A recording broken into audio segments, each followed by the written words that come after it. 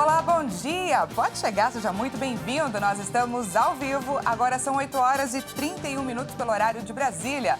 Vamos juntos começar o dia e a semana bem informados? A partir de agora, você confere as notícias do Brasil e do mundo desta segunda-feira. Vamos de destaques. Luiz Inácio Lula da Silva volta a Brasília para negociar temas como a PEC de transição, acordos e ministérios. Quase 600 mil estudantes realizaram a prova do ENAD em todo o Brasil neste domingo. O exame avalia a qualidade de ensino das universidades brasileiras. Em meio ao avanço de casos de coronavírus na China, tem crescido também a indignação contra a política de tolerância zero. E a gente fala, é claro, de Copa do Mundo. Afinal, o Brasil entra em campo hoje em busca da segunda vitória e da classificação para a próxima fase. Tudo isso a partir de agora.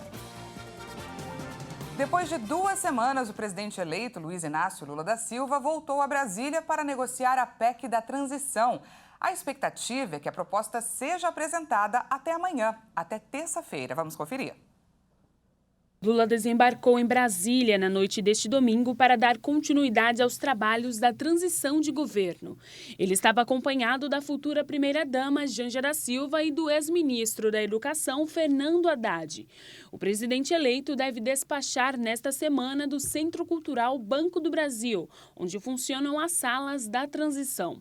Faltando pouco mais de um mês do início do governo, aliados têm cobrado que o presidente eleito assuma a liderança das negociações da proposta de emenda à Constituição, que retira do teto de gastos os recursos para o programa Bolsa Família. Nesta semana, Lula prevê participar de várias reuniões com os partidos, bancadas e com os presidentes da Câmara, Arthur Lira, e do Senado, Rodrigo Pacheco. O relator do orçamento, o senador Marcelo Castro, pretende apresentar o texto da PEC até esta terça-feira para garantir que seja aprovada até o final deste ano. A escolha dos ministros também é vista como fundamental para que as pautas de interesse do futuro governo avancem ainda neste ano para o Congresso Nacional. Consumidores que tenham dívidas com bancos têm até o fim do mês para participar do mutirão da negociação da Febraban. O mutirão nacional de negociação da Federação Brasileira de Bancos é para atender aqueles que têm dívidas no cartão de crédito, cheque especial ou crédito consignado. Os bancos oferecem parcelamentos, descontos e outras vantagens para o cidadão endividado quitar o débito. O prazo para participar vai até o dia 30 deste mês e a adesão é feita pela internet no site Meu Bolso em Dia. Esse mutirão é realizado periodicamente.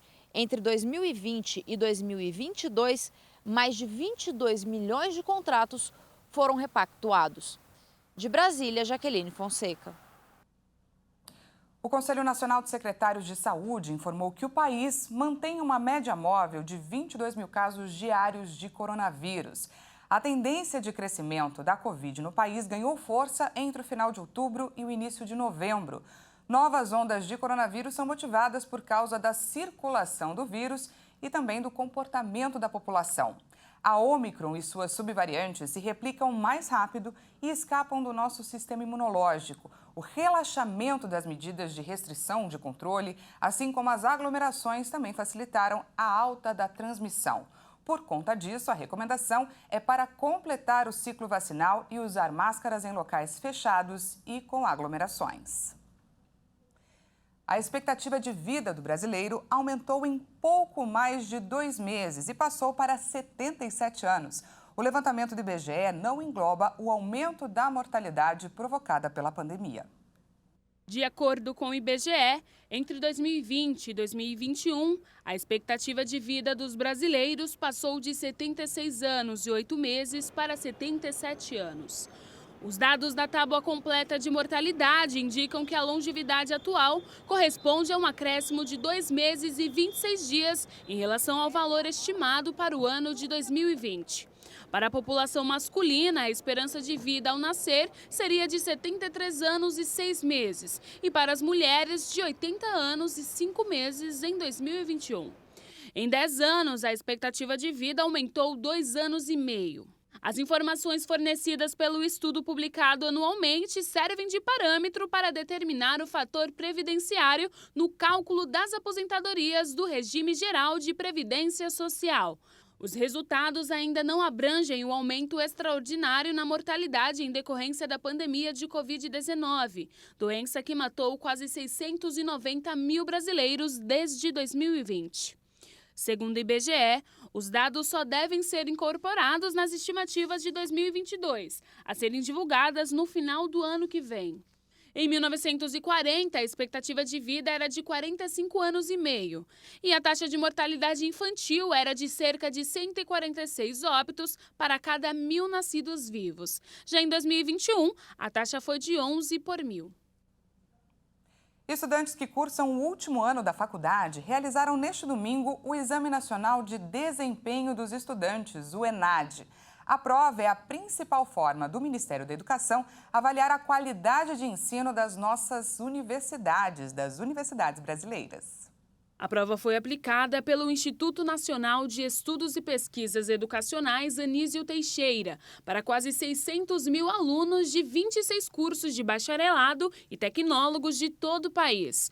Os procedimentos da prova foram bem parecidos com os do Enem. Os portões abriram à 1 da tarde e o período de prova foi finalizado às 5h30 da tarde. Nesta segunda-feira, começa o prazo para o preenchimento do questionário do coordenador de curso. Já os pedidos de dispensa de prova poderão ser feitos entre os dias 4 e 20 de janeiro de 2023. Podem fazer o pedido os participantes que não compareceram ao local de prova por motivos pessoais ou profissionais previstos no edital, desde que tenha preenchido os questionários do estudante. O ENAD permite que o Ministério da Educação avalie o desempenho dos alunos e, assim, também avalie a qualidade de ensino das universidades brasileiras.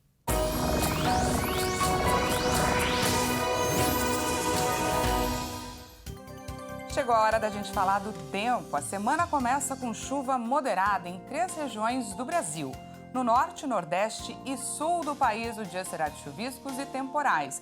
Mas ainda assim, momentos de calor forte vão predominar durante todo o dia. Vamos então conferir como fica a previsão do tempo para algumas regiões aqui do Brasil. A gente começa por Teresina, no Piauí. O dia será de sol com muitas nuvens e chuva pela tarde e noite. A mínima de hoje será de 23 graus e a máxima pode chegar até os 32. Em São Luís, no Maranhão, o dia será de sol com aumento de nuvens de manhã e a chuva, aquela clássica no final do dia. A mínima de hoje será de 24 graus e a máxima de 32. Para finalizar, a gente fala aqui da capital paulista. Vamos juntos conferir como que está o céu agora, aqui na região central. Olha, está bem nublado para essa segunda-feira, segundo jogo da seleção brasileira. A expectativa era que o dia hoje fosse de sol com muitas nuvens. Acho que essas nuvens foram antecipadas agora pela manhã. E olha só, vai ter chuva no final do dia, aquela entre tarde e noite. A mínima de hoje será de 17 graus e a máxima pode chegar a 27 graus. A seguir, chineses vão às ruas para protestar contra a política de tolerância zero contra a Covid no país. E você vai ver também, Brasil entra em campo hoje na Copa do Catar em busca da segunda vitória e da classificação para a próxima fase. Nós voltamos já, não perca!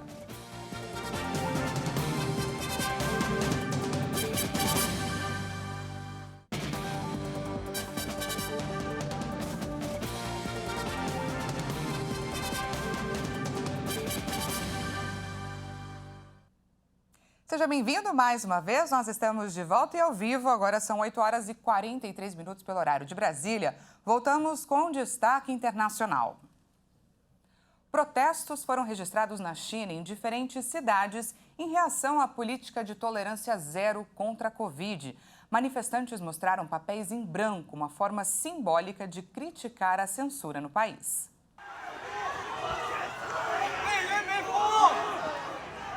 Centenas de pessoas protestaram neste domingo em Xangai, Pequim e outras cidades da China, onde cresce a indignação contra a política de tolerância zero contra a Covid-19 imposta pelas autoridades há quase 3 anos. Em Xangai, cidade mais populosa do país, que sofreu um confinamento de 2 meses neste ano, que causou escassez de alimentos, centenas de pessoas marcharam em silêncio pelo centro da megalópole. Em Urumqi, na região de Xinjiang, 10 pessoas morreram em um incêndio na quinta-feira, incidente que gerou indignação nas redes sociais por considerar que os confinamentos prejudicaram os resgates das vítimas. A China é a última grande economia a manter a estratégia de Covid-0, com confinamentos, quarentenas extensas e testes em massa para erradicar as fontes de contágio assim que aparecerem. E este domingo foi de eleições para os moradores de Cuba, que participaram do processo para eleger os representantes distritais da ilha. O pleito ocorreu em meio a protestos e a pedidos da oposição para que os cidadãos não votassem. O nível municipal é o único em que cidadãos votam diretamente para os cargos em disputa. O processo eleitoral ratifica que Cuba mantém a estabilidade política, mantém sua estabilidade social, independentemente, primeiro, da intensificação da batalha econômica, da batalha da asfixia econômica que estão tentando implantar, para que a população, pelo descontentamento, pelo desespero, pois o ônus de todas as deficiências vai para a desejada explosão social que o governo imperial tem, que é aplicar a lógica imperialista contra Cuba. Mais de 8 milhões de pessoas com mais de 16 anos foram chamadas a eleger por voto direto e secreto 12.427 delegados municipais do Poder Popular, entre cerca de 27 mil candidatos propostos nas assembleias de bairro. O Conselho para a Transição Democrática, plataforma da oposição que promove mudanças no país por meios legais, pediu abstenção sob o lema Sem Pluralismo, #JoMeAbstengo. O CTDC denunciou que teve 3 candidatos impedidos e um quarto ameaçado de expulsão do trabalho e pressionado a se distanciar do Conselho. O governo cubano chama os opositores de mercenários dos Estados Unidos. Estas eleições são o primeiro passo de um mecanismo eleitoral que prosseguirá com a renovação do parlamento em 2023 e que deverá terminar no mesmo ano com a eleição presidencial. Os vereadores eleitos vão propor 50% do Parlamento Nacional, que, entre outras responsabilidades, elege entre seus membros o Conselho de Estado e o presidente do país. O governo da Itália decretou estado de emergência na ilha de Ischia, na costa sul do país, após um deslizamento de terra que deixou mortos e desaparecidos. Equipes trabalharam neste domingo para resgatar corpos na costa da ilha italiana de Ischia, após um deslizamento de terra que varreu a pequena cidade de Casamicciola Terme. O governo da Itália decretou estado de emergência na região. A tragédia deixou mortos e desaparecidos. Um primeiro auxílio emergencial de $2 milhões foi desbloqueado, após uma reunião extraordinária em Roma. Centenas de voluntários, com a lama até os joelhos, participaram da limpeza da cidade. Nas ruas era possível ver carros e ônibus soterrados. A lama, as pedras, tudo foi carregado até aqui. Lojas foram destruídas. Não sei se você viu, a tabacaria, um pouco de tudo. Isso ocorreu há 9 anos e voltou a acontecer agora.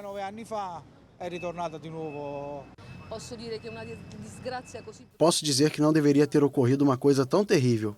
Isso é o que posso dizer, já que é sabido que esta ilha e esta área aqui, Casamicciola, é uma região com solo friável. Deveriam ter sido mais cuidadosos. Casamicciola Terme é uma cidade turística de 8 mil habitantes. Em 2017, a localidade registrou um terremoto que causou 2 mortes. Chegou a hora de falar sobre a Copa do Mundo.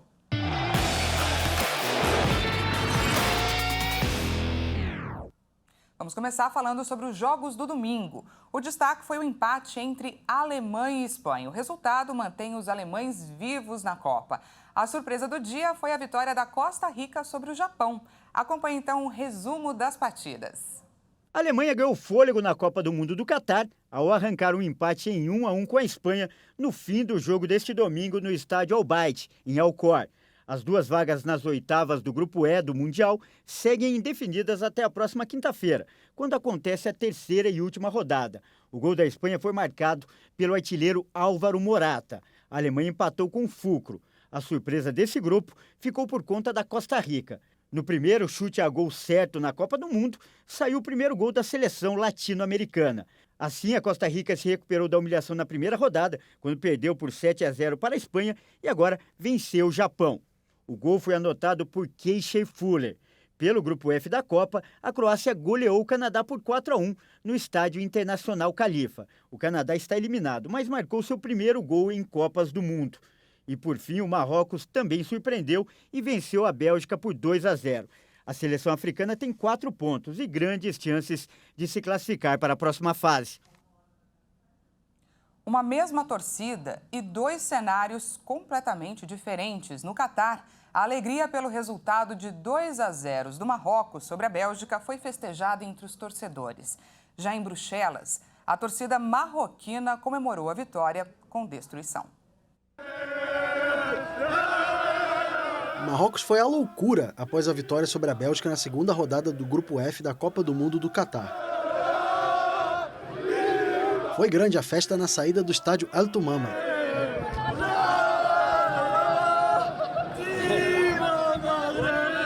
O triunfo sobre os europeus deixou a seleção africana na liderança da chave com 4 pontos e esquentou o sonho da classificação para a fase mata-mata. Diferente do Catar, a festa na capital da derrotada Bélgica acabou em conflito e destruição. A confusão não foi desencadeada pela indignação dos belgas com o resultado, mas pelos marroquinos que extrapolaram nas comemorações do 2-0. Uma multidão de torcedores do país do norte da África quebrou vitrines e queimou carros no centro de Bruxelas. A polícia belga foi obrigada a usar canhões de água e gás lacrimogêneo para conter os torcedores marroquinos. De acordo com autoridades locais, o jornalista ficou ferido no rosto pelos fogos de artifício. E neste momento acontece um jogo que interessa ao torcedor brasileiro. Na verdade, faltam 5 minutos para esse jogo acabar. Camarões e Sérvia se enfrentam pelo Grupo G, que é o grupo do Brasil. Camarões abriu o placar aos 28 minutos com um gol de cabeça. Ainda no primeiro tempo, a Sérvia virou o jogo e no segundo, a Sérvia ampliou. Parecia que o jogo estava decidido, mas a seleção camaronesa reagiu e empatou a partida. Com esse resultado, o Brasil se classifica se vencer o jogo de hoje à tarde. E vamos então para a agenda de todos os jogos que estão programados para esta segunda-feira na Copa do Catar. Como a gente acabou de ver, Camarões e Sérvia se enfrentam neste momento pelo Grupo G, Grupo do Brasil. Agora sim a imagem apareceu para você.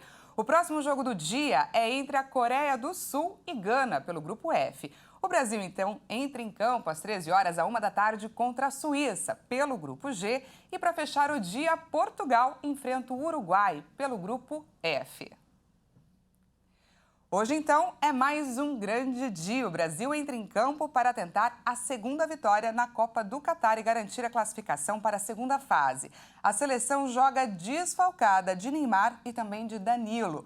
Mesmo assim, os jogadores estão confiantes. O Brasil não terá Neymar, sua principal estrela, mas Richarlison, que encantou a torcida no jogo de estreia, estará no ataque. Outra ausência será do lateral Danilo. Os dois sofreram uma torção no tornozelo e estão fora da primeira fase. No último treino preparatório para a partida, o técnico Tite deu pistas sobre os prováveis substitutos. O atacante Rodrigo e o volante Fred são as opções para entrar no lugar de Neymar. E o zagueiro Éder Militão será improvisado na lateral no lugar de Danilo. O Brasil busca a segunda vitória na Copa, o que também garantirá a classificação para a próxima fase. Até agora, apenas a França conseguiu vencer 2 vezes. O zagueiro Marquinhos se mostrou confiante em um bom resultado. Creio que a gente já vem mostrando antes, né, e estamos prontos e confiantes para mostrar novamente, né, de que o grupo é forte, né, de que o grupo, como eu falei antes, é bem treinado, né, e está pronto para qualquer divergência que tiver na Copa do Mundo. A Suíça, que venceu Camarões na primeira rodada, quer surpreender uma das favoritas ao título. Na reedição do duelo da primeira fase de 2018, quando os times empataram na estreia da competição. O técnico da Suíça comentou sobre os desfalques do Brasil. Ele afirmou que sua seleção não terá vantagem por causa da ausência de Neymar no jogo de hoje. O ex-jogador Ronaldo Fenômeno também se manifestou sobre a ausência do atacante na partida. Ele postou uma carta aberta em uma rede social com palavras de incentivo para Neymar. Na véspera do confronto, que vale a liderança do Grupo G, o técnico suíço Murat Yakin destacou a qualidade do elenco verde e amarelo. Man hat in dem Turnier gesehen, dass Überraschungen gibt, dass es auch Vimos algumas surpresas no torneio. Depende de como vamos estar no dia, como estamos preparados para este jogo e como trabalhamos para este dia. Sabemos da qualidade da seleção brasileira. Eles estão aqui para serem os campeões do mundo. Eles têm essa obrigação e tarefa. Wir wissen natürlich die Qualität von Brasilien. Die sind hier, Weltmeister zu werden. Die haben diese Pflicht und diese Aufgabe. De fora da partida após uma lesão no tornozelo na estreia contra a Sérvia, o atacante Neymar foi um dos destaques da coletiva. Wenn man natürlich gegen Mannschaften und gegen Spieler spielt, die Weltklasse-Format natürlich haben, und nicht auf dem Platz stehen können. Quando temos que jogar contra o melhor time do mundo e ele não pode estar em campo, é sempre de partir o coração. Queremos ver jogadores como ele em campo. Mas o plantel que eles têm, eles podem jogar com 3 times diferentes e a tarefa não vai ser mais fácil para nós. Hat genug Spieler, 3 Mannschaften zu stellen. Also von dem her macht es für uns a Aufgabe sicher nicht einfacher. Mais cedo, no Instagram, o ex-atacante Ronaldo publicou uma carta aberta a Neymar. Na postagem, o camisa 9 da seleção pentacampeã em 2002 desejou que o craque do PSG volte mais forte, mais esperto e com mais vontade de gol da lesão que o tirou, por enquanto, dos 2 últimos jogos do Brasil na fase de grupos da Copa. O fenômeno pediu aos seguidores que mandem energia positiva para a seleção, especialmente a Neymar e Danilo, que também se recupera de uma lesão. E como a gente sabe, quando o Brasil entra em campo, muita coisa para. Vamos trazer aqui uma prestação de serviço para que você possa se organizar e resolver as pendências antes do jogo contra a Suíça. Afinal, muitos locais fecham mais cedo nessa segundona. Vamos juntos conferir como funcionam os serviços hoje. Os bancos abriram às 8h30 da manhã pelo horário de Brasília e funcionam somente até às 11h30 da manhã. Nos postos do INSS, o atendimento ao público vai ser realizado até às 11 horas, assim como o PROCON, o Poupa Tempo e a Secretaria da Fazenda, que também funcionam até às 11 horas da manhã. E segundo a Associação Comercial de São Paulo, cada lojista organizou a sua escala de trabalho de acordo com a demanda e o tipo de negócio. Então, se organiza para resolver todas as suas pendências antes do grande jogo de hoje. Essa edição fica por aqui mais uma vez. Muito obrigada pela sua companhia. Às 10 horas, Patrícia Velenic chega com mais informações e à 1 da tarde, eu e ela esperamos por você. Até lá!